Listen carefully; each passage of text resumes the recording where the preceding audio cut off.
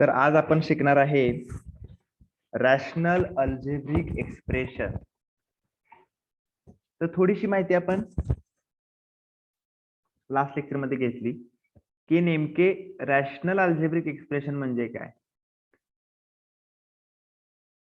तर रॅशनल म्हणजे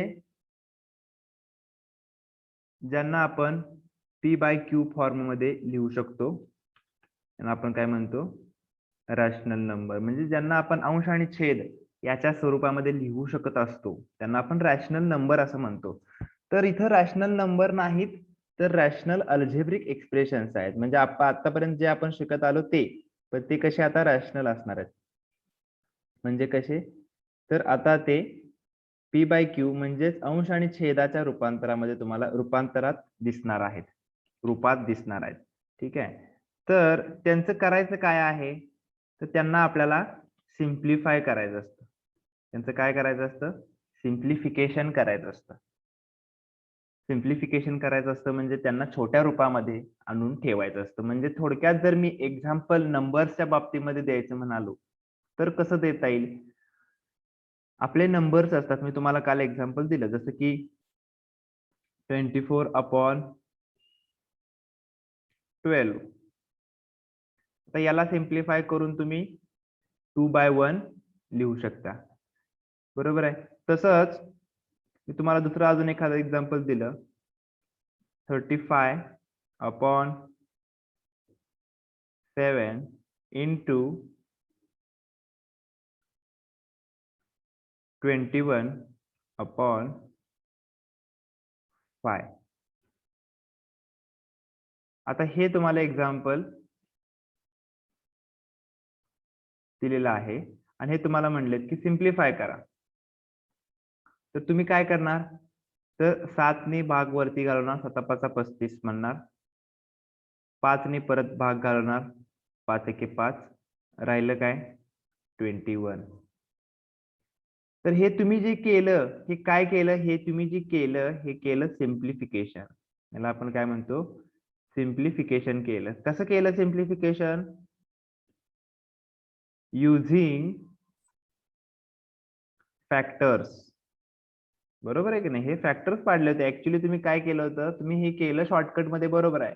पण तुम्ही ऍक्च्युली तिथं काय केलं, 35 ला 7 into 5, 7 ला 7, 21 ला 7 into 3 आणि 5.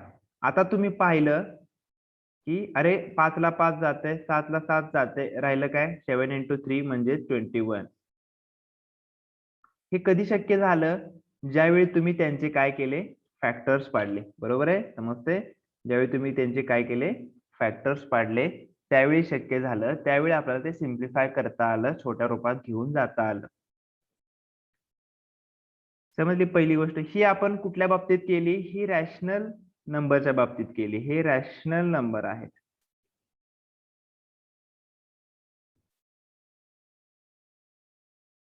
आता आपण ह्या चॅप्टर मध्ये जे शिकत आलेलो आहे ते काय आहेत, अल्जेब्रिक एक्सप्रेशन्स आहेत. अल्जेब्रिक एक्सप्रेशन्स आहेत. पण ज्यावेळी अल्जेब्रिक एक्सप्रेशन, समजा माझ्याकडे एक एक्सप्रेशन आहे x² - y², आणि त्याला मी डिवाइड करणार आहे x - y². तर हे जे फॉर्म आलेला आहे, हा कोणता फॉर्म आला, परत पी बाय क्यू फॉर्म आला की नाही, ज्याच्यामध्ये पी हे एक अल्जेब्रिक एक्सप्रेशन आहे आणि क्यू सुद्धा एक अल्जेब्रिक एक्सप्रेशन आहे. पी सुद्धा आणि क्यू सुद्धा हे दोन्ही काय आहेत, अल्जेब्रिक एक्सप्रेशन आहेत. आणि त्यांच्यामध्ये असं मध्ये डिवाइड साइन आलेला आहे, मध्ये तो न्यूमरेटर आणि डिनॉमिनेटरच्या फॉर्म मध्ये आलेला आहे. तर असं, आणि ह्याच्यापेक्षा कॉम्प्लेक्स कदाचित अजून एखादं येईल, राईट. कदाचित असं होईल की हे आहेच, याला अजून एखाद्या गोष्टीने तुम्ही गुणाल, वरती एक दुसरं एक एक्सप्रेशन येईल.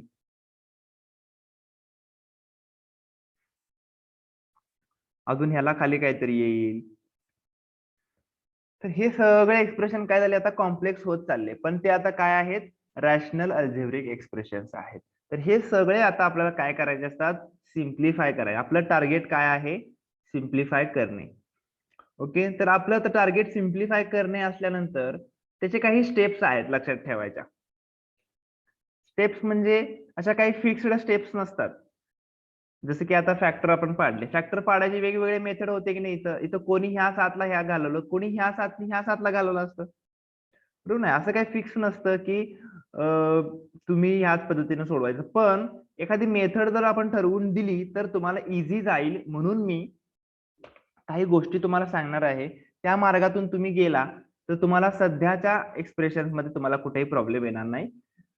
तुम्हाला इथून पुढे गेल्यानंतर तुम्हाला हळूहळू त्या गोष्टी एकदा अंगवळणी पडल्या, सवय झाली की हे कशा प्रकारे सोडवायचे असतात, थोडीशी तुम्हाला ती गोष्ट प्रॅक्टिसने समजली की मग तुम्ही त्या ऑटोमॅटिकली तुमच्या पद्धतीने वेगवेगळ्या पद्धतीने सोडवू शकाल. ठीक आहे, तर सध्या तुम्हाला मी सांगतो कसे अल्जेब्रिक एक्सप्रेशन सोडवायचे आहेत. तर आपण जसं म्हणालो की आपल्याला काय करायचं आहे, टू सिम्प्लिफाय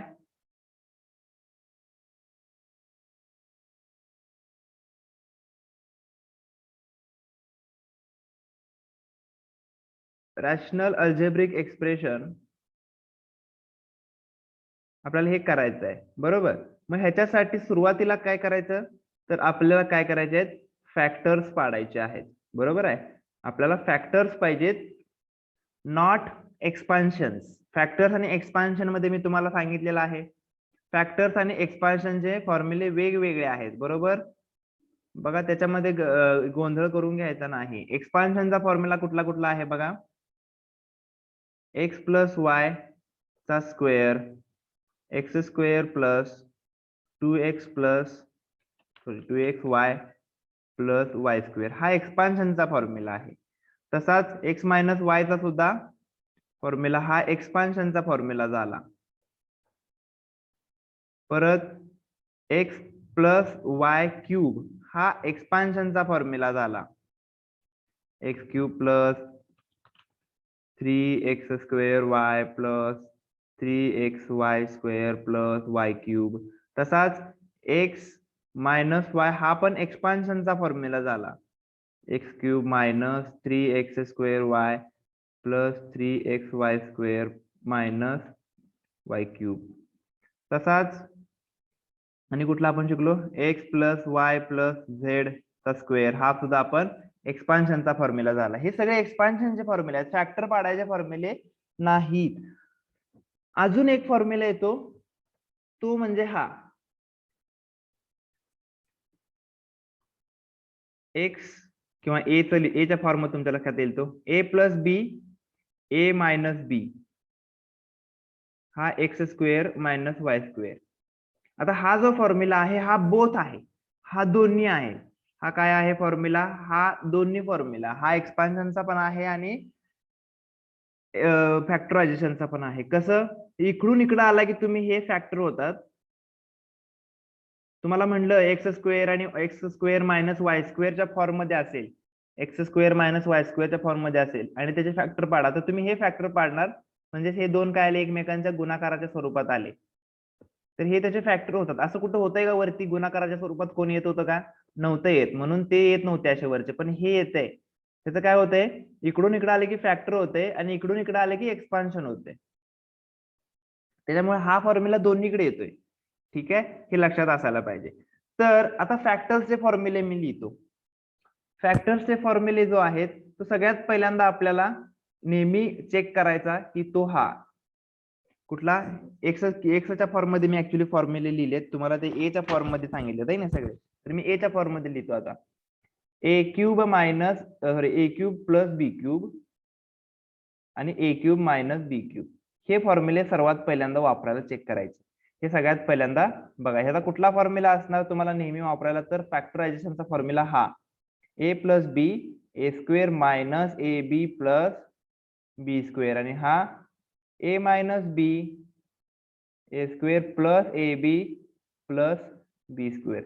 आता हे फॉर्म्युले वापरायचे म्हणजे काय करायचं, जिथं जिथं तुम्हाला बघा, आता लक्ष द्यायचं, जिथं जिथं तुम्हाला अशा स्वरूपामध्ये एक्सप्रेशन दिसत आहेत की बाबा तिथं एकाचा क्यूब केलाय प्लस दुसऱ्याचा क्यूब केलाय, किंवा एकाचा क्यूब केलाय मायनस दुसऱ्याचा क्यूब केलाय, अशा स्वरूपात ज्या ज्यावेळी तुम्हाला एक्सप्रेशन दिसणार आहेत त्या त्यावेळी त्या ठिकाणी त्याला अशा पद्धतीने तुम्ही लिहायचं आहे. म्हणजे रिप्लेस करायचं. याला तुम्ही कशाने रिप्लेस करायचं आहे? त्याच्या फॅक्टर्सनी. जसं आपण 21 ला रिप्लेस केलं 7 × 3 नी, बरोबर आहे की नाही? तसं तुम्ही जिथं जिथं अशा फॉर्म मध्ये एक्सप्रेशन दिसणार आहेत तिथं तिथं तुम्ही त्यांना अशा त्याच्या फॅक्टर्स मध्ये काय करणार आहे? रिप्लेस करणार आहे. रिप्लेस करणार, त्याच्या ठिकाणी ते पुट करणार आहात. हे पण जर मध्ये मायनस दिसेल तर मायनसचा फॉर्म्युला वापराल, प्लस दिसेल तर प्लसचा फॉर्म्युला वापराल. तर हे फॅक्टरायझेशन तुम्ही यांचं सुरुवातीला करायचं. Priority number 1. पहिल्यांदा तुमच्याकडे भरपूर अल्जेब्रिक एक्सप्रेशन्स असणार की नाही, भरपूर असणार, 3-4 एक्सप्रेशन्स असणार. त्यामध्ये सुरुवातीला तुम्ही चेक करायचं की कुणाचा फॅक्टर पाडायचा आहे, याचे फॅक्टर्स पाडायचे सर्वात पहिल्यांदा.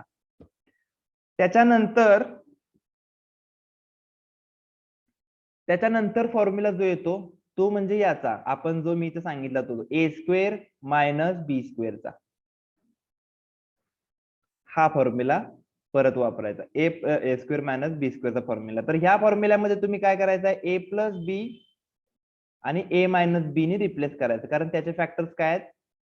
a + b आणि a - b आहेत. समजतंय की नाही काय करतोय? तुम्ही ओळीनं जायचं, आपल्याला प्रायोरिटीज असते. तर पहिल्यांदा हे बघायचे कुठले आहेत गणितामध्ये, ह्याचा आपण ह्यानं रिप्लेस करायचा, आपला जो फॉर्म्युला आहे त्याने. परत हा फॉर्म्युला आहे तो ह्यानी रिप्लेस करायला बघायचा. जर असेल तर चाललंय, जर नसेल तर पुढं. हा नसेल त्याच्यामध्ये तर पुढे जायचं. पुढे जाऊन बघायचं की आपल्याला अशा फॉर्म मध्ये दिले का बघायचं. a + b³ किंवा a + b² अथवा a - b³ किंवा a - b². अशा वेळी त्यांचे हे फॉर्म्युले नाही लिहायचे. a² + ab ते एक्सपान्शनचे फॉर्म्युले झाले. ते कशाचे झाले? एक्सपान्शनचे फॉर्म्युले झाले. याचे फॉर्म्युले काय असतील माहिती का? ते याचे फॅक्टरायझेशनचे फॉर्म्युले एवढे सिंपल असतील. आता समजा असा असेल a + b³ असेल तर तुम्ही त्याच्या ठिकाणी काय लिहिणार माहितीये? a + b × a + b × a + b. जर a + b चा स्क्वेअर असेल तर तुम्ही काय लिहिणार? a + b × a + b. जर a - b चा होल³ असेल तर काय लिहिणार? a म्हणजे - सर b. वर जेवढा आकडा आहे तेवढा लिहायचं काय बरोबर. हा, आपण तसंच करत असतो ना. 3 चा क्यूब असल्यावर, 3 चा क्यूब असल्यावर काय असतं? 3 × 3 × 3 करतो की नाही? 3 वेळा का लिहितो? कारण वरती 3 आहे म्हणून. तसंच राईट, इथं कितीचा आहे तेवढ्या वेळा आपण त्याला गुणलेलं असतं. किती क्यूब आहे तर 3 वेळा गुणलेलं असतं. 2 आहे तर 2 वेळा गुणलेलं असतं. फक्त जो संख्या आहे ते a - b आहे ना, तर a - b येऊ द्या. तसंच a - b चा जर स्क्वेअर असेल तर तुम्ही काय लिहिणार? a - b × a - b. हे काय आहेत? फॅक्टर्स आहेत, लक्षात ठेवा. हे एक्सपान्शन नाही चाललं आपलं. एक्सपान्शन त्यासाठी मी बाजूला तुम्हाला हे फॉर्म्युला सांगितले. हे एक्सपान्शन झाले. हे ब्रॅकेट सोडवण्याचं काम केलं. ब्रॅकेट सोडवायची नाही, तिथं ब्रॅकेट तयार करायचे. हे झालं कशाचं काम? फॅक्टरायझेशनचं. तर हे पहिलं परत चेक करायचं की असे कुठले आहेत का जेणेकरून आपण त्यांना फक्त अशा पद्धतीने लिहायचं आहे. ओके. आता डी, याच्यानंतर काय होतं? याच्यानंतर येतो तो म्हणजे क्वाड्रॅटिक ट्रायनॉमियल. आता हे तुम्हाला सगळ्यात पहिल्यांदा चॅप्टर मध्ये आपण शिकलेलो आहे. क्वाड्रॅटिक ट्रायनॉमियल आठवतंय सगळ्यांना काय केलं आपण क्वाड्रॅटिक ट्रायनॉमियल मध्ये? आपण त्याला सुरुवातीला ax² + bx + c ह्या स्वरूपात आणलं. परत आपण त्या ac चे फॅक्टर्स असे पाडले की त्यांची बेरीज काय आली पाहिजे? b आली पाहिजे, है की नाही? आणि मग त्यांना आपण कॉमन काढून त्याचे फॅक्टर्स पाडले. तर हे आपण क्वाड्रॅटिक ट्रायनॉमियल्सचे काय करायचे? परत मग फॅक्टर्स पाडायचे.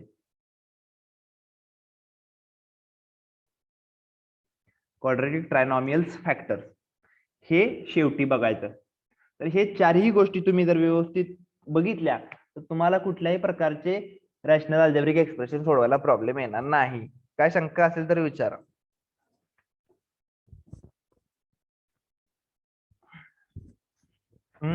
काय शंका आहे? हे सगळे फॉर्म्युले आपल्याला झालेले आहेत. जसं तुम्हाला म्हणालो मी, हा जो फॉर्म्युला आहे तो दोन्हीकडे येतो. a + b × a - b हा फॉर्म्युला दोन्हीकडे येतो. पण आपल्याला जायचं कुठं असतं? ज्यावेळी फॅक्टर पाडतो त्यावेळी आपण ब्रॅकेट कडे जात असतो. ब्रॅकेट पाहिजे असतात आपल्याला. तुम्ही बघत असाल इकडे, आणि इकडे काय असतं? ब्रॅकेट नको असतो. एक्सपान्शन मध्ये. पण आपण इकडे का जातोय, फॅक्टर्स का पाडतोय, तर तुम्हाला मी सांगितलं वरती फॅक्टर्स का पाडतो, कारण आपल्याला सिम्प्लिफाय करायसाठी काय करावं लागत असते, फॅक्टर्स पाडावे लागत असतात. नाही की एक्सपान्शन करावं लागत नाही. एक्सपान्शन करायचं म्हणजे यांचं गुणाकार करत बसायचं. मग गुणाकार केलं तरी सुद्धा काय होईल, मग अवघडून बसेल ते. यांचा जर मी गुणाकार केला असता 35 × 21 आणि 7 × 5, तर गुणाकार वरती काय तर आला असता, खालती काय तर आला असता. आणि परत मग मी विचार केला असता, अरे ह्याला फॅक्टर पाडून परत त्यांना छोटं करूया. राईट, म्हणजेच फॅक्टर पाडल्यामुळे काय होतं, सिम्प्लिफिकेशन होत असतं. म्हणून आपण फॅक्टरायझेशनचे फॉर्म्युले या बाजूला लिहिलेले आहेत. एक्सपान्शनचे हे आहेत फॉर्म्युले. एक्सपान्शनच्या फॉर्म्युले आणि फॅक्टरायझेशनच्या फॉर्म्युल्यामध्ये गोंधळ होत असतो, म्हणून मी दोन्ही एका वेळेस लिहिलेले आहेत. पण आपल्याला वापरायचे फक्त फॅक्टरायझेशनचेच आहेत. एक्सपान्शनचा आपल्याला काही उपयोग इथं नाही आहे. सिम्प्लिफाय करताना फक्त फॅक्टर्सचेच उपयोग होतो. ओके, तर आता आपण एक एक एक्झाम्पल घेऊन सोडवायला चालू करूया. बघा तुम्हाला कसे हे नियम उपयोगाला येतात. Example number 1. असा प्रश्न येतो सिम्प्लिफाय म्हणून, सिम्प्लिफाय, आणि पुढे एक्सप्रेशन असतात a² + 5a + 6 upon a² - a - 12 into a - 4 upon a² - 4 -4. ठीक आहे. आता हे सिम्प्लिफाय करताना जसं मी म्हणालो, ह्यातला प्रत्येक एक्सप्रेशन आपल्याला बघायचा आहे आणि सुरुवातीपासून बघायचा आहे. तर a³ + b³ किंवा a³ - b³ म्हणजे क्युबिक पॉलिनॉमियल कुठं आहे का बघायचं पहिल्यांदा. कुठं क्युबिक दिसतंय का तुम्हाला इथं? दिसत नाही. दिसतंय का? नाही दिसत, बरोबर आहे की नाही? बोलू शकता तुम्ही दिसतंय नाही दिसतंय. त्यानंतर बघायचं a² - b² च्या फॉर्म मध्ये काय दिसतंय का? बघा a² - b² च्या फॉर्म्युल्यामध्ये हे तर नाही आहे, हे पण नाही, हे पण नाही, हे मात्र आहे. a² - b², हा b² आहे ना, कशाचा स्क्वेअर आहे हा 4? 4चा स्क्वेअर आहे. त्यामुळे हे हा 2चा स्क्वेअर आहे. त्यामुळे हे मला काय करता येते, हे मला फॅक्टर पाडता येतात, ह्याचा वापर करता येईल. हे झालं ह्याचं काम. तर मग मी काय करतो, ह्याचं पहिल्यांदा करून घेतो, म्हणजे मग मला राहिलेलं करायला मोकळं होईल. एकाच वेळी सगळं केलं तर तुमचा गोंधळ होईल, म्हणून मी काय करतो, एक एक गोष्ट करत जातो. बघा सुरुवातीला हे आहे असं ठेवतो, जे आपण अजून काय विचारात घेतलेलं नाही आहे ते आहे असं ठेवायचं, त्याची काही गडबड करायची नाही. यामध्ये काही मी फरक केलेला नाही. बघा फक्त a - 4 आणि खालती a² - 4 च्या ठिकाणी, a² - 4 च्या ठिकाणी मी बाजूला करू शकतो. तुम्हाला जर वाटत असेल की हे इथं डायरेक्टली उत्तर लिहायचं आहे, तर मी करायचं कसं, तर बाजूला करायचं. इथे विचार करायचा काय येते आन्सर, ए काय आहे, a² - b² आहे. मग ए काय आहे, हा एच आहे. मग इथं काय येईल, a + b म्हणजे हा कशाचा स्क्वेअर आहे तो, म्हणजे a + 2 आणि a - 2 येईल. हे समजलं सगळ्यांना? हे सगळ्यात बेसिक आहे, हे समजलं पाहिजे, बरोबर आहे की नाही? 4 ला आपण कसं लिहू शकत असतोय, a² - 2² ना, म्हणून a + 2 आणि a - 2 आलंय, a + b आणि a - b, बरोबर समजलं सगळ्यांना हे? तर हे जे आलं फॅक्टर, हे तुम्ही बाजूला तुम्ही लिहा, तुम्हाला चालतंय, काय प्रॉब्लेम नाही. पण इथं लिहिताना डायरेक्टली लिहायचं, इथे काय स्टेप्स लिहायचे नाहीत. हे a² - b² आहे ना, तर इथं डायरेक्टली मी a + 2 आणि a - 2 लिहितो. ओके, आता झालं ह्याचं काम. आता मी ह्या दोघांकडे वळतो. आता ही दोघं जी आहेत, आता इथं बघतो मी a² - b² झाले. आता हे आहेत का बघूया कुठं, a + b किंवा a + b चा स्क्वेअर किंवा क्यूब, तसं पण काही दिसत नाही, त्यांचा काही संबंध नाही. मग आता येतं ते शेवटी क्वाड्रॅटिक ट्रायनॉमियल. हे दोघे काय आहेत, दोघं पण काय आहेत, क्वाड्रॅटिक ट्रायनॉमियल आहेत, बरोबर आहे की नाही? हे दोघं पण काय आहेत, क्वाड्रॅटिक ट्रायनॉमियल आहेत. तर मग आपण त्यांना सोडवूया. क्वाड्रॅटिक ट्रायनॉमियल आहेत की नाही, मग त्यांना आपण सोडवूया. तर कसं सोडवायचं आठवतंय? इथं काय येते, c × a,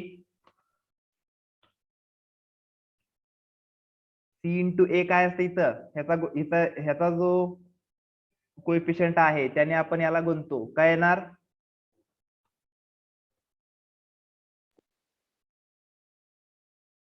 बरोबर 6 येणार. 6 जे तुम्ही कसे लिहिणार, 3 आणि 3 into 2. बरोबर, म्हणजेच a square 2 is equal to 5. Plus 3a plus 2a plus 6.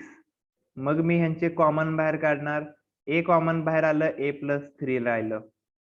पुढे ए प्लस 3 लिहिलं, इथे मला प्लस 2 लिहावं लागेल आहे की नाही, कारण 2a आहे म्हणल्यानंतर. मग काय होईल, ए प्लस 3 आणि ए प्लस 2. Plus 2. बरोबर, हे झालं याचं. आता लागलीच मी याचं सुद्धा लिहून ठेवतो, हे की नाही, दोन्ही काढून ठेवूया. ए स्क्वेअर मायनस ए मायनस 12 ह्याचे पण फॅक्टर्स पाडायचे तसेच. काय आहे इथं, -12.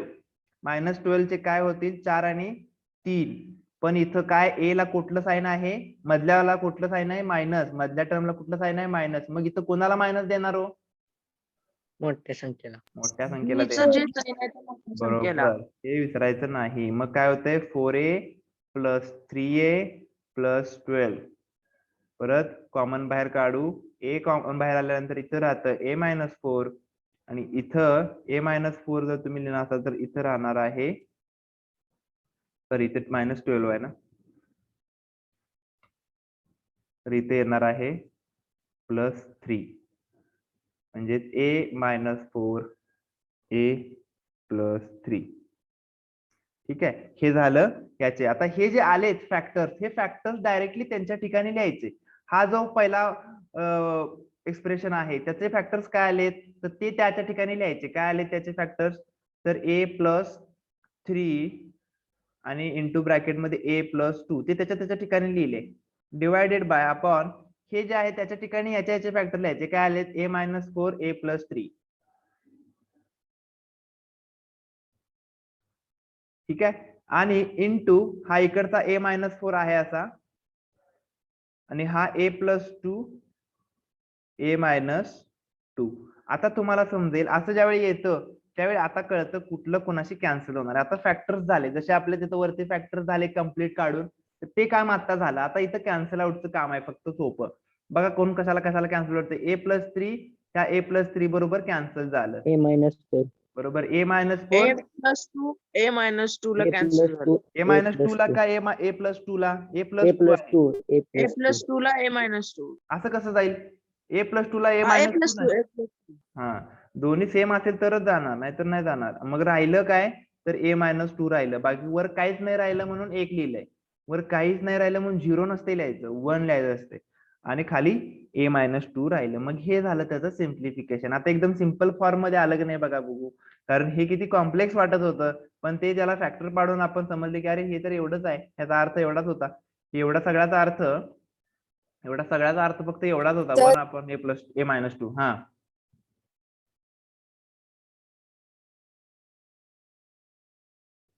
बोला.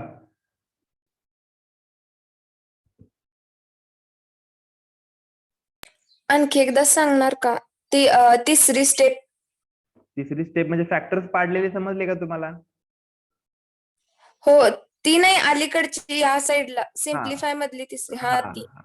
तर फॅक्टर्स पाडल्यानंतरची ती स्टेप आहे. म्हणजे फॅक्टर्स पाडून झाले की आपण काय करणार, ज्याचे फॅक्टर तुम्ही पाडले. आता पहिल्यांदा आपण याचा फॅक्टर पाडलाय ना, इथं फॅक्टर ह्याचे पाडले आहेत. मग याच्या फॅक्टर्स जे आलेत हे आलेत की नाही, तर हे आपण उचलून त्याच्या ठिकाणी टाकलेत,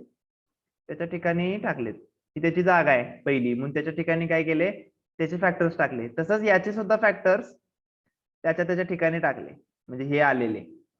ठीक आहे, याचे फॅक्टर्स त्याच्या ठिकाणी ते आपण फॅक्टर्स तिथं पुट केले. बस हे जे काय फॅक्टर आपण आता केले नाहीत त्यामुळे हे आहे असं. ह्याचे फॅक्टर आपण ऑलरेडी पाडून ठेवले त्यामुळे हे पण आहे असं लिहिलं. तर आता ते लिहिल्यावर काय कळलं आपल्याला, तर काही गोष्टी कॅन्सल आउट होतात. कॅन्सल आउट कुठल्या गोष्टी होत असतात, ज्या गोष्टी वरती आणि खाली सेम आहेत की नाही. जसं आपण वरती पुन्हा त्या एक्झाम्पलचा आपण रेफरन्स घेऊया. जसं इथं वरती 7 होतं खालती 7 होतं म्हणून ते कॅन्सल आउट झालं. 5 वरती होतं खालती 5 होतं म्हणून ते कॅन्सल आउट झालं. तर तसंच इथं पण काही गोष्टी, काही टर्म्स सेम असतात. जसं की इथं ए प्लस 3 आहे, कारण ते गुणाकारात आहे म्हणून कॅन्सल होत असते बरं का. हे जसं की हे 7 आहे म्हणून हे 3 आहे, म्हणून हे काय होते 7, इथं खाली कुठं 7 आहे, समजा हे 7 आहे, तर हे काय होतं, कॅन्सल आउट होत आहे. बरोबर, म्हणजेच जर वरती ए प्लस 3 असेल तर खालती काय होणार, ए प्लस 3 बरोबर ते कॅन्सल आउट होणार आहे. ठीक आहे. तसंच a-4 सुद्धा a-4 बरोबर कॅन्सल आउट झालं. तसंच a+2 बरोबर कॅन्सल आउट झालं. म्हणजे या सगळ्या टर्म काय होत्या, ऍक्च्युली वरती पण खालती पण होत्या, म्हणून त्या काय झाल्या, गेल्या, त्या कॅन्सल झाल्या, एकमेकांशी भागून एक आन्सर आलं त्यांचं. एकमेकांशी भागल्यामुळे ते सेम आकड्याशी भागल्यानंतर काय येतं, आन्सर सेम येतं. मग तसंच झालं, सेमच टर्मची त्यांनी, एक्सप्रेशनची त्यांनी भागल्यामुळं त्यांचं आन्सर काय आलं, एकच आलं. मग पण एक अशी गोष्ट होती a-2, ही गोष्ट कुणाबरोबर कॅन्सल नाही झाली, म्हणून ती फक्त तिथं राहिली. फक्त ती कुठं राहिली, डिनॉमिनेटर मध्ये होती म्हणून डिनॉमिनेटर मध्ये राहिली. न्यूमरेटर मध्ये कोणतीच टर्म राहिली नाही म्हणून आपण तिथं एक लिहितो, कारण एक तर तिथं असणारच आहे.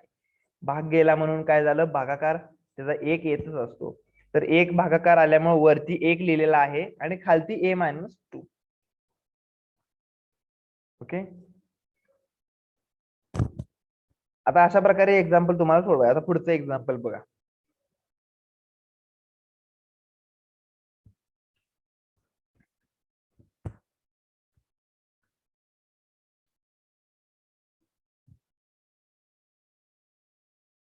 (7x² + 18x + 8 divided by 49x² - 16 into 14x - 8 upon x + 2. ठीक आहे. सुरुवात करताना आपल्याला माहिती आहे काय करायचं, त्याचं प्रायोरिटी आपण ठरवून दिली की नाही. पहिल्यांदा a³ प्लीज b³ किंवा क्यूब मधले काय आहे का बघायचं सुरुवातीला.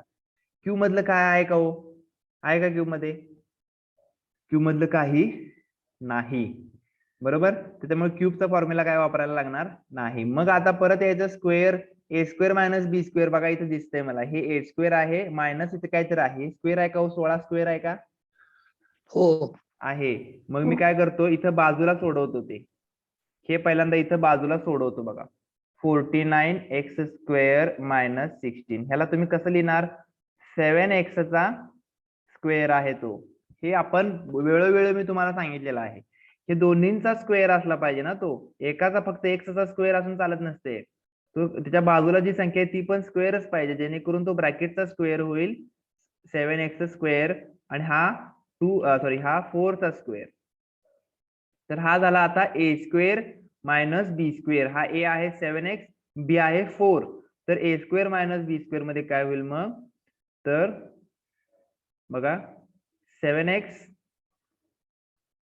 + 4, 7x - 4. ओके. 7x + 4, 7x - 4 हे झालं याच्या ठिकाणी. आता त्याच्यानंतर आपण याच्या ठिकाणी काय पुट करू शकतो का ते बघूया. आता काय एकदमच आपण सगळ्यांचेच फॅक्टर पाडूया ना. आता हे काय आहे, क्वाड्रॅटिक ट्रायनॉमियल आहे की नाही, आपलं क्वाड्रॅटिक ट्रायनॉमियल आहे. तर ते सोडवूया मग, बघू काय होईल. 7x² + 18x + 8 = काय होईल, 7 × 8 किती असते, 56. 56 तर काय येईल बघा बघू, 18, 14 चोक 56 आहे की नाही. सोपं आहे की नाही, असं लगेच समजून जातं, काय याच्यात एवढं अवघड नसते. 14x + 4x कधी कधीच फक्त जरा जास्त विचार करावा लागतो, कधी कधी आपल्याला पाढेपाठ असले की नाही लगेच समजून जातं. तर इथून मला वाटते 7x बाहेर येईल, आतमध्ये राहील x + 2, आणि जर इथं x + 2 राहिलं तर इथं येईल 4. म्हणजेच 7x + 4 × x + 2 असं त्याचा फॅक्टर आले. ह्याचे झाले. आता ह्याच्याकडे येऊया. आता ह्याच्यामध्ये बघा, सर दुसऱ्या ह्याच्यापासून परत एकदा सांगा की. हा दुसरा म्हणजे हे काय, हा बघ 7 × 8 किती असते, 56. 56 चे काय येणार आहेत, ज्यांची बेरीज 18 येईल असे शोधायचे आहेत आपल्याला. तर ते लगेच सापडले 14 × 4. ठीक आहे, ते काय येतात, 14 × 4 येतात. तर ह्यांची बेरीज पण काय येते, 18 येते की नाही. तर इथं काय आपल्याला प्लसच असल्यामुळे त्यांची बेरीज 18 येते आणि त्यांचं मल्टिप्लिकेशन पण प्लसच आहे, त्याच्यामुळे काही इथं प्रॉब्लेम नाही आला. तर काय केलं आपण, त्याच्या ठिकाणी 18x च्या ठिकाणी आपण पुट केलं 14x + 4x. 14x + 4x put केलं. आणि त्याच्यामुळे काय झालं, कॉमन काढताना बघा ह्यातून कॉमन 7 आणि 14 ह्यातून काय कॉमन येणार, 7 बाहेर येणार आणि एक्स स्क्वेअर आणि एक्स मधनं काय बाहेर येणार, एक्स बाहेर येणार. 7 आणि 14तून 7 एक्स स्क्वेअर मधून एक्स म्हणजे टोटल 7x बाहेर आलं तर ह्याच्यामध्ये राहते फक्त एक एक्स आणि ह्याच्यातून 7x बाहेर आले ह्याच्यामध्ये राहते +2 x+2 म्हणजे x+2 पुढे लिहून पाहिलं काय होते, x+2 पुढे लिहून पाहिल्यानंतर तर मग मला इथं जो टर्म लागतोय तो काय लागतोय +4 जेणेकरून +4x इथं येईल. तर मी आता मग x+2 कॉमन काढलं आणि मग राहिलं काय 7x+4 x+2 सर हा त्याच्याऐवजी जर आता 7x+4 च्या ऐवजी x+2 into 7x into 7x+4 लिहिलं तर बरोबर उलट आहे. लिहिलं तर बरोबर आहे. गुणाकारामध्ये तुम्ही कसंही लिहिलं तर चालेल. हा गुणाकार आहे ना, ह्या ब्रॅकेटचा ह्या ब्रॅकेटशी काय आहे, गुणाकार आहे. ह्या ब्रॅकेटशी गुणाकार आहे. 7 गुणिले 3 लिहा किंवा 3 गुणिले 7 लिहा, कधी फरक होतोय का, फरक पडतोय का, नाही. नाही परत. गुणाकारामध्ये तुम्ही ऑर्डर, ह्याला म्हणतात ऑर्डर, हा अनुक्रम आहे पुढं माग, हा जो ऑर्डर आहे हे फरक पडत नसतो. गुणाकारात आणि बेरजेत हा फरक पडत नाही. भागाकारात आणि वजाबाकीत हा फरक पडतो. भागाकारात आणि वजाबाकीत हा फरक पडत असतो. कशाने कशाला भागलं हे खूप महत्वाचं असतं, कशातनं काय वजा केलं हे खूप महत्वाचं असतं, पण गुणाकारात आणि बेरजेत फरक पडत नसतो. बरोबर आहे. हे आपल्याला तुम्ही उलट्या पद्धतीने लिहिलं तरी चालतं. ठीक आहे. तर हे जे तुम्ही लिहिलं तर ते आता मला इथं सांगायचं. आता अजून एक टर्म राहिली आहे 14x - 8. आता हे कधी कधी ट्रिकी असतात, हे तुम्हाला लक्षात ठेवायला पाहिजे. ह्याच्यासाठी काय आपल्याला स्पेशल रूल वगैरे नाही. हे काय आहे 14x - 8. आता हे त्यांनी मुद्दाम काय केले की यात तर काय पार्ट वगैरे पडत नाहीत, पण ह्याच्यातून एक कॉमन बाहेर येतोय. काय कॉमन बाहेर येतोय, त्या दोघातनच फक्त 14x - 8 मधनं 14 आणि 8 मधनं काय कॉमन बाहेर येऊ शकतोय, कशाने भाग जातोय दोघांना पण 2 न 2 न भाग 2 जातोय. न मग आतमध्ये किती राहते बघा 7x - 4 ठीक नाही. तर हे त्यांना अपेक्षित असते की तुम्ही हे पण समजावं तुम्हाला की असं पण होऊ शकतं की फक्त नुसता कॉमन बाहेर काढणं त्यानं सुद्धा काय होतं, फॅक्टर्स तयार होतात की नाही. हे पण फॅक्टर झाला, हा 2 पण त्याचा फॅक्टरच आहे कारण 2 ने पण मल्टिप्लाय केलेला आहे 7x - 4 ला. तर हा पण त्याचा एक फॅक्टर आहे आणि हा पण त्याचा एक फॅक्टर आहे. म्हणजे हे पण एक फॅक्टरायझेशनची मेथडच आहे, फक्त कॉमन काढणे. ठीक आहे. तर हे सुद्धा आपल्याला इथं कधी कधी असं वापरावं लागते. ट्रिकी असते, लक्षात येत नाही आपल्या. मग यातनं कॉमन काढले की मग आपल्याला कळतं. म्हणजे आपण प्रॅक्टिसली तुमच्या लक्षात येणाऱ्या गोष्टी आहेत. ठीक आहे. तर आता जे जे आपल्याला मिळालंय ते आपण ह्याच्यामध्ये पुट करूया.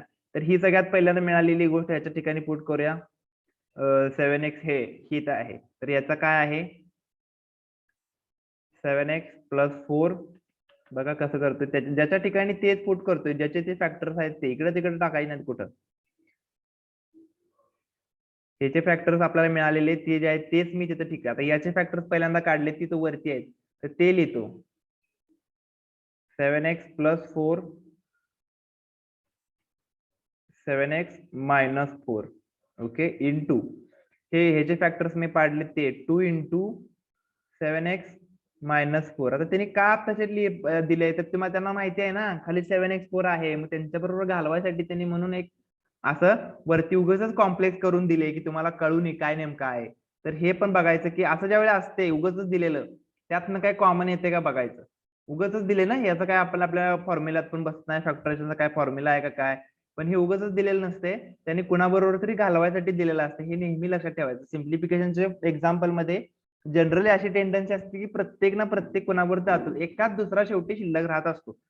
x + 2 बघा आता काय काय जाते 7x + 4 7x + 4 जाते. हे जाते का x 7x + 2 - 4 7x - 4 जाते का, जाते. हे पण जाते. हो x + 2 x जाते का, + 2 जाते. बघा हो सगळंच गेलं, काय राहिलं फक्त वरती 2 वरती 2 राहिलं आणि खालती काहीच नाही राहिलं म्हणजे 1 राहिलं. म्हणजेच 2/1 म्हणजे किती असतं 2 असं आहे. म्हणजे सिम्प्लिफिकेशनचे एक्झाम्पल असे असतात की भरपूर काय काय कॉम्प्लेक्स करून दिलेलं असतं, पण त्यांना तुम्ही ज्यावेळी फॅक्टर पाडून सोबत आणताय, ज्यावेळी तुम्हाला समजतं की अरे हा आता घालवाय एकमेकांना हे घालून जाणार आहेत, तर त्यावेळी काहीच राहत नसते. बऱ्यापैकी एखाद दुसरी टर्म राहते फक्त जास्तीत जास्त. तर अशा बघा इथं फक्त 2 राहिलं, तर ह्याच्यासाठी व्यवस्थित तुम्हाला फॅक्टर्स न चुकता पाडायचे, थोडीशी कल्पकता वापरून अशा जे गोष्टी दिलेल्या असतात त्याच्याकडे लक्ष द्यायचं.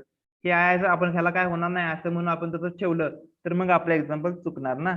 त्यामुळे काय करायचं, हे आहे असं ठेवून चालणार नाही, ह्याला तुम्हाला 2 बाहेर काढावे लागणार आहेत. तर त्यामुळं कॉमन सुद्धा बाहेर येते का ते बघायचं. ओके, तर हे आज आपण इथपर्यंत पाहूया. उद्या आपण ह्याच्यावरचे प्रॅक्टिस सेट जो आहे 6 पॉईंट, उद्या म्हणण्यापेक्षा सोमवारी आपण आता ह्याच्यावरचा प्रॅक्टिस सेट पाहायचा आहे. तुमची टेस्ट एमसीक्यू वरची आहे ना, एमसीक्यू वरची टेस्ट राहणार आहे. टेस्ट मध्ये देताना काय प्रॉब्लेम आला तर फोन करायचा, टेस्ट सबमिट झाली नाही, माझं असं झालं तसं झालं, अशा गोष्टी कारण द्यायची नाहीत. आणि टेस्टचे रिझल्ट तुम्हाला ग्रुपवरती मिळणार आहेत. लगेच टेस्ट दिल्यानंतर रिझल्ट येत नसतो, तो रिझल्ट आपण ग्रुपवरती तुम्हाला सेंड करण्यात येणार आहे. लगेच देणार असतील तर बघूया, लगेच मिळत असेल तर तशी सोय करूया, अथवा नाही तर तुम्हाला परत तुमचा रिझल्ट मिळेल. ठीक आहे, सगळ्यांनी अभ्यास करून टेस्ट द्यायची आहे, वेळेत सबमिट करावी लागते. वेळ झाला की टेस्ट 60 मार्काची टेस्ट आहे, 60 प्रश्न आहेत, 1.5 तास वेळ असतो, 6 ते 7:30 पर्यंत.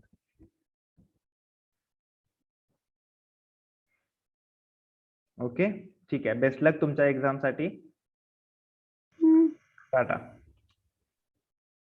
बाय.